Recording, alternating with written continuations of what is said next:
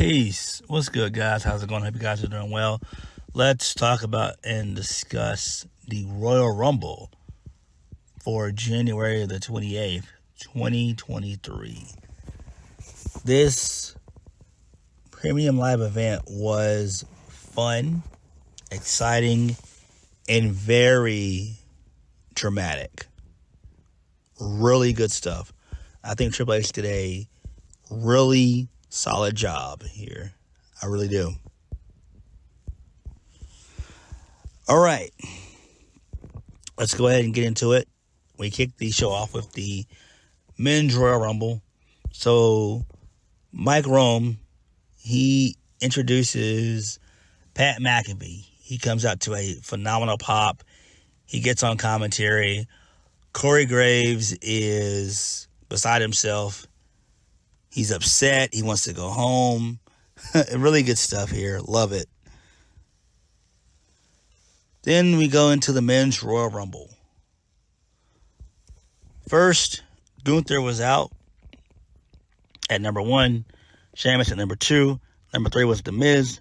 Number 4 was Kofi Kingston. Number 5, Johnny Gargano. Number 6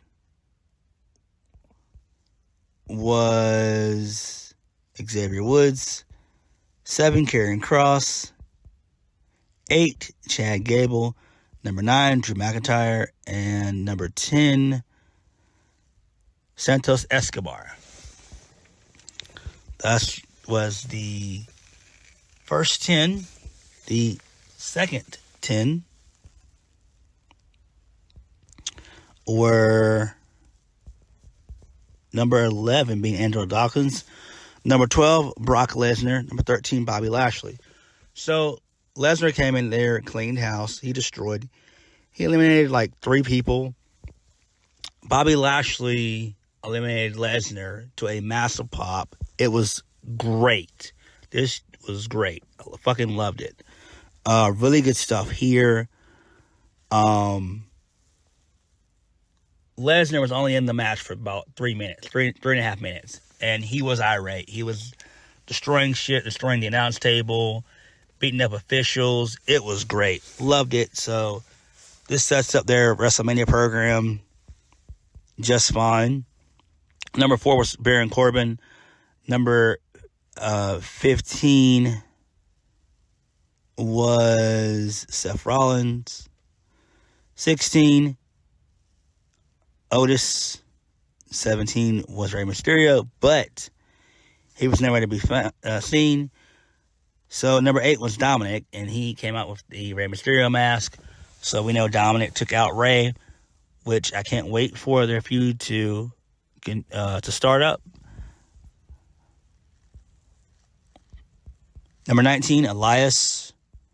Number 20, Finn Balor. So Judgment Day is already on board. 21 was Booker T. He came out to a big pop. He did a spin and Rooney.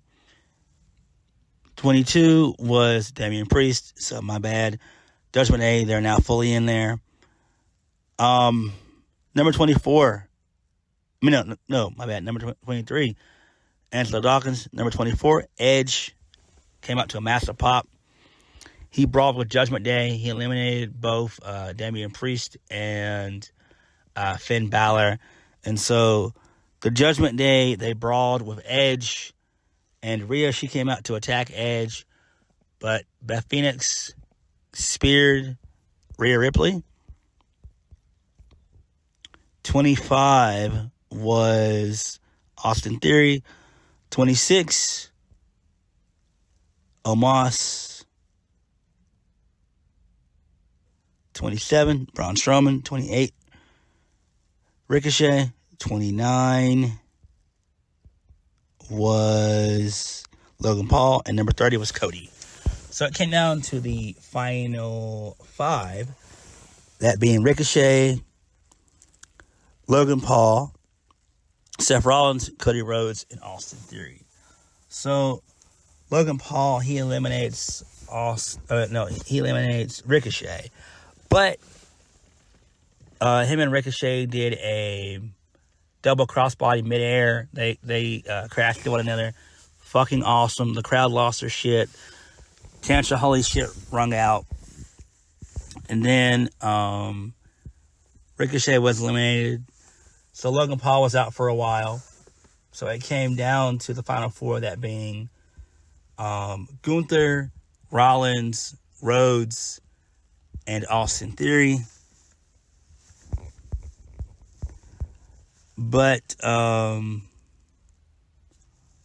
Cody eliminated Austin Theory.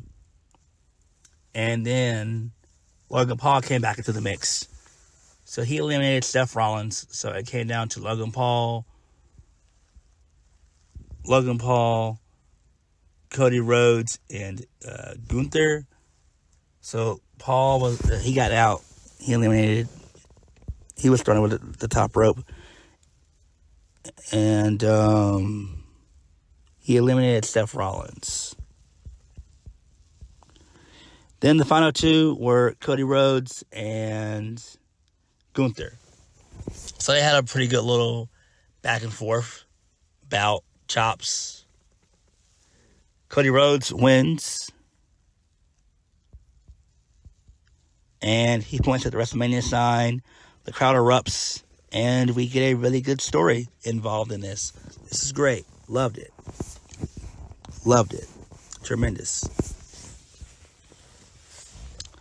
It told a perfect story that, Cody Rhodes is here to collect. He wants championship gold. He's fighting for his father's honor. He wants to be the best. He wants to be champion. He's fighting for the company. He's a company man now, once again. He's now the face of WWE. Or soon to be the face of WWE. And I love it. I'm down for this. We all know that Cody Rhodes is going to be the one to dethrone Roman Reigns. So, this was great. Really get ready to start off the night. Next, LA Knight versus Bray Wyatt. Mountain Dew Pitch Black match. This match was short, about 7 minutes, but it was fun. So, not Bray, but LA Knight used some kendo sticks, some steel chairs. It was basically just the arena being immersed with neon lights. So that's what they're doing to light the arena with. So basically, Bray wins via Sister Abigail. He hits it out of nowhere. Post match, Bray he sits up. He looks around. His eyes start to glow. He has a gas mask on for whatever reason. So he's chasing LA Knight out the ring. LA Knight's able to get a kendo stick. He whacks Bray with it like 3 times really hard. Bray doesn't sell it, so that goes back to the Fiend character of him being impervious to pain. He then applies the Mandible Claw to LA Knight, and then Wyatt looks up. We see Uncle Howdy looking down from a platform. Howdy, he smiles, and he leaps off the platform, crashing down below to put LA through the stage. And then we see a bunch of flames and a massive explosion. So that was great. The fans chant holy shit, as did I, because that was fucking insane. I don't think that version of Uncle Howdy was Bo Dallas. That had to be probably Cameron Grimes. I don't think that Bo Dallas would do something like that. I really don't. It wouldn't seem right to me. That's not his forte. I don't think that Bo Dallas would ever do anything that insane. But if he did, then that's fine. But it seems like something that Cameron Grimes would do. I don't know. It sucks that we didn't get an Uncle Howdy reveal, but it's fine, I guess. I still guess they're going to do with the steady and slow wins the race, I guess. We're still going to go with that route. There's that. Oh, and there was also appearance by the Firefly Funhouse puppets. So, yeah. Then Mike Rome, he announces that there were 338 fans, which is great. Makes sense. Next, moving on, Alexa Bliss versus Bianca Belair. For the Raw Women's Championship, match was subpar. It was okay. This should have been just a Raw match. This was very short as well. Just like the Bray Wyatt and LA Knight match before it, it was short as well. So this was about 7 minutes. Bianca Belair wins via the KOD. Post-match, we see Uncle Howdy appear on the Titantron, and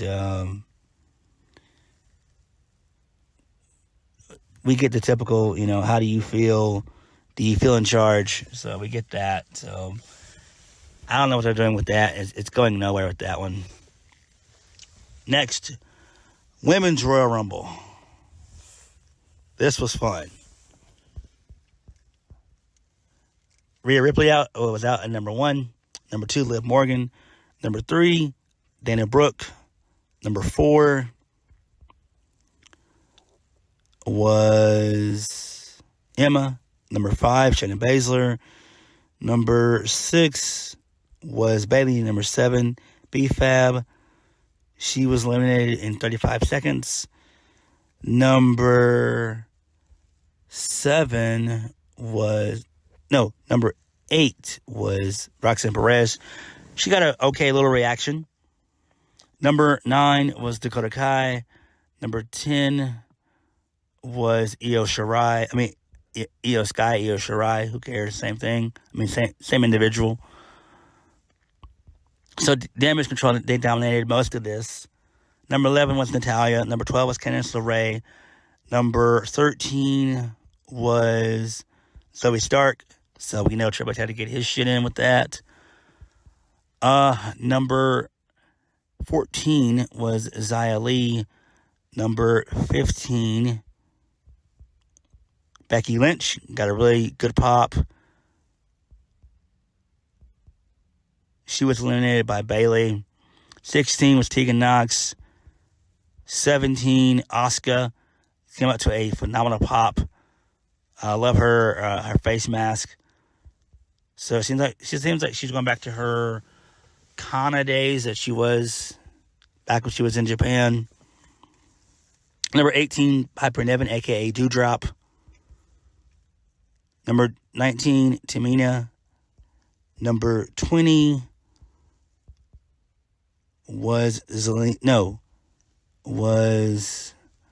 Chelsea Green. She didn't last long. She was eliminated in like 5 seconds. So who really cares? She probably will go back to NXT anyway. 21 was Zelina Vega. She was cosplaying as a Street Fighter character. Who cares? Number 22 was Raquel Rodriguez. Got a really good pop. Really good showing. Number 23, Mia Yim, a.k.a. Michin. 24, Lacey Evans. 25 was Michelle McCool. She was at ringside eating popcorn and drinking with her daughters, and she just removed her jacket and came over the barrier. That was great. Number 26 was Indy Hartwell. Number 27 was Sonya Deville. 28, Shotzi. Number 29, Nikki Cross. And number 30 was Nia Jax. So basically, it came down to the final 11 women in the ring. They all ganged up on Nia Jax, eliminated her. The final 3 in the match came down to Asuka, Rhea Ripley, and Liv Morgan. So Liv, she eliminates Asuka, and then it came down to Rhea and Liv, and Rhea wins by throwing out Liv Morgan. That was great. Loved it. So I'm glad that Rhea is getting her just due. I don't know what they're going to do put her either on Raw or SmackDown. I don't know. Her and Charlotte have history, but it would make perfect sense for her to be the one to dethrone Bianca Belair. I think she's been built up very good with this whole Judgment Day storyline that's been going on for a minute. And she and Dom are the most two over acts in that faction. So Rhea is more than likely going to challenge Bianca Belair and dethrone her at WrestleMania. And Cody will challenge Roman Reigns, and he will dethrone Roman Reigns. Next, we got a performance by Hardy, who did his single sold out, so that was okay. And then we got the main event, Kevin Owens versus Roman Reigns for the undisputed WWE Universal Championship. There was no Bloodline involved at all, so no Solo and no Usos. It was just Sami Zayn and Paul Heyman. So basically, Sami Zayn's final test was to watch Roman destroy Kevin Owens.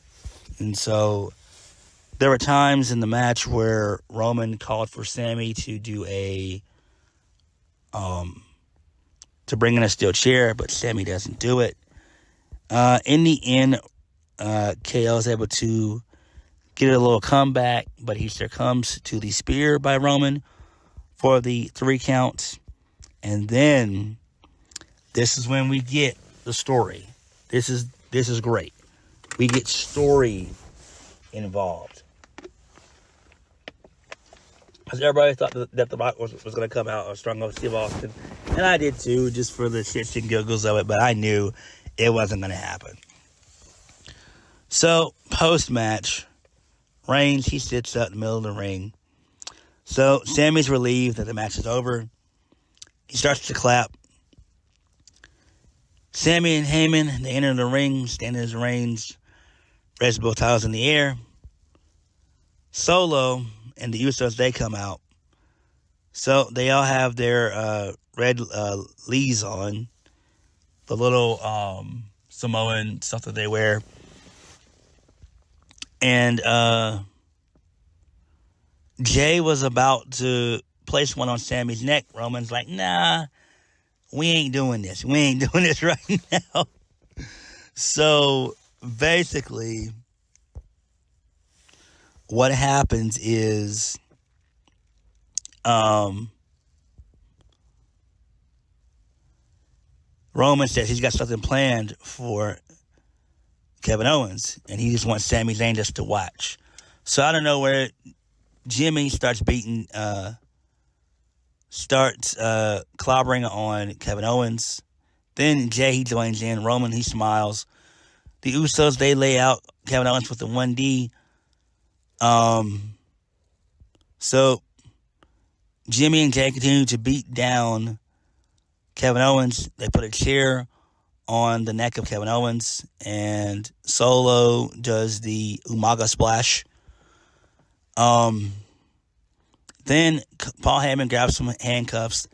They handcuff Kevin Owens, and the Usos, they deliver about 8 super kicks to Kevin Owens. I'm like, damn. So the fans are chanting Sami, Sami. And Reigns, he's got a chair in hand. He's talking to trash about how Sami's his family. And Reigns is about to swing the chair, but Sami says, stop. It's done. This is over. It's beneath Roman Reigns to do this. He's better than this. Sami says it doesn't need to go any further because Kevin Owens is done. Reigns then hands the chair to Sami. Sami didn't want to use it. Reigns stares at Sami while holding the chair up. Sami pleads, and Reigns says, there's no going back. We've come too far. Sami's ours, and they're Sami's. So Roman says Owens dragged him down from day one, while Roman loves him, and he has let him be a part of something big when he was doing. My bad. Let me start over again. Roman says that he dragged Owens down. I mean, Owens has dragged Sami down from day one. I mean, since day one. While Reigns says that he loves him and he wants him to be a part of something big. Before then, he was just doing some jackass shit, which was true.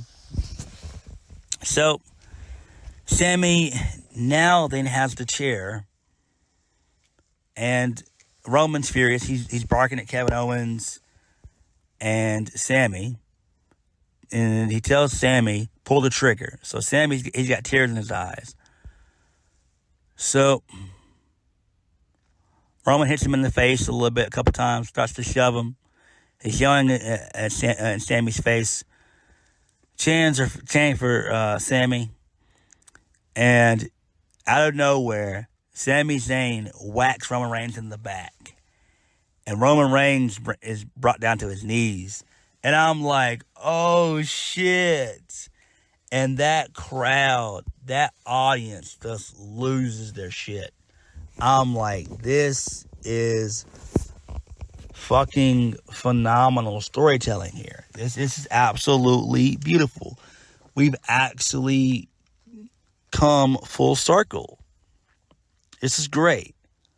So Sami, he drops the chair. He turns to Uso saying that he's sorry. Jey, he's starting to yell at Sami. And he actually is starting to tear up, that being Jey. And he just can't believe it. And Jey just gets up the ramp and he starts to walk out. He's like, nah, I don't want this shit. I'm out. I'm like, damn, what the fuck? So out of nowhere, Jimmy, he super kicks Sami. Jimmy's yelling at Jey, asking him if this is his actual brother. And then he tells Jey, I'm your brother. And then Jey beats down Sami. I mean, my bad. Jimmy beats down Sami some more. Solo grabs Sami and hits the Samoan spike. And then Jimmy and Solo, they beat down Sami some more. And Solo, he hits some headbutts on Sami. So basically, Jey, he's brought up in the corner. Reigns tells Jey that Sami's not his family. We are. And then they continue to beat down on Sami some more. So Jey at this time, he rolls out and dips out. Says, nah, I don't want a part of this. So he walks up the ramp, and he's super emotional. Roman whacks Sami with multiple chair shots, and then Reigns hits some punches on Sami, and Kevin Owens is still cuffed at the top rope. The chants actually chant, fuck you, Roman. They literally chant, fuck you, Roman. And this is great. This is actually great. Roman has now got nuclear heat on him. No longer is he a cool heel to boo.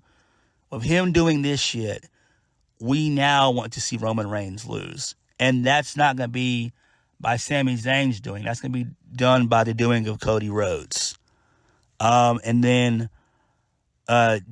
Jimmy, Roman, and Solo rip off Sami's Bloodline shirt, and they leave him laying in the ring.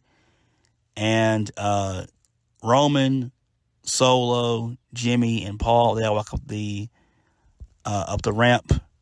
And so the Bloodline, they exit out, and we see Sami and KO just laid out. And I was like, this is fucking phenomenal. This is what I wanted. Out of all the surprises and stuff, this is better. And sometimes this goes to show you that story and character development is far more important, and drama is far more important in pro wrestling than just your typical surprises or your pops for nostalgia.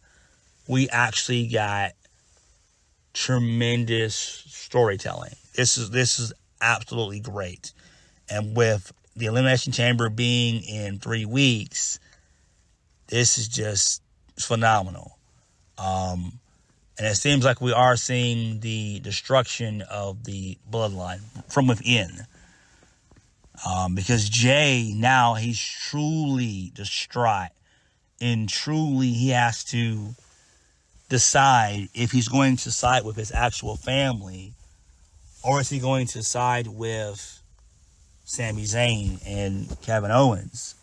Remember, this whole Bloodline storyline started with Jey and Roman before Jimmy came back into the mix. It was Roman and Jimmy. I mean Roman and Jey. So, I don't know, man. I'm just excited for this. This was great. I loved it. And I'm excited to see where this all goes next. I'm on the edge of my seat. This is what you call edge on your seat. You have to tune in. You must see this type of, television. This is episodic, emotional, dramatic television. Dramatic storytelling. This is great. I love it. The Royal Rumble overall was really good. The main event saved the show. The Rumble matches were okay. They weren't phenomenal. They were just okay. We all knew that they were predictable. We knew Cody was going to win, and we knew that Rhea was going to win. But all in all, this was worth it.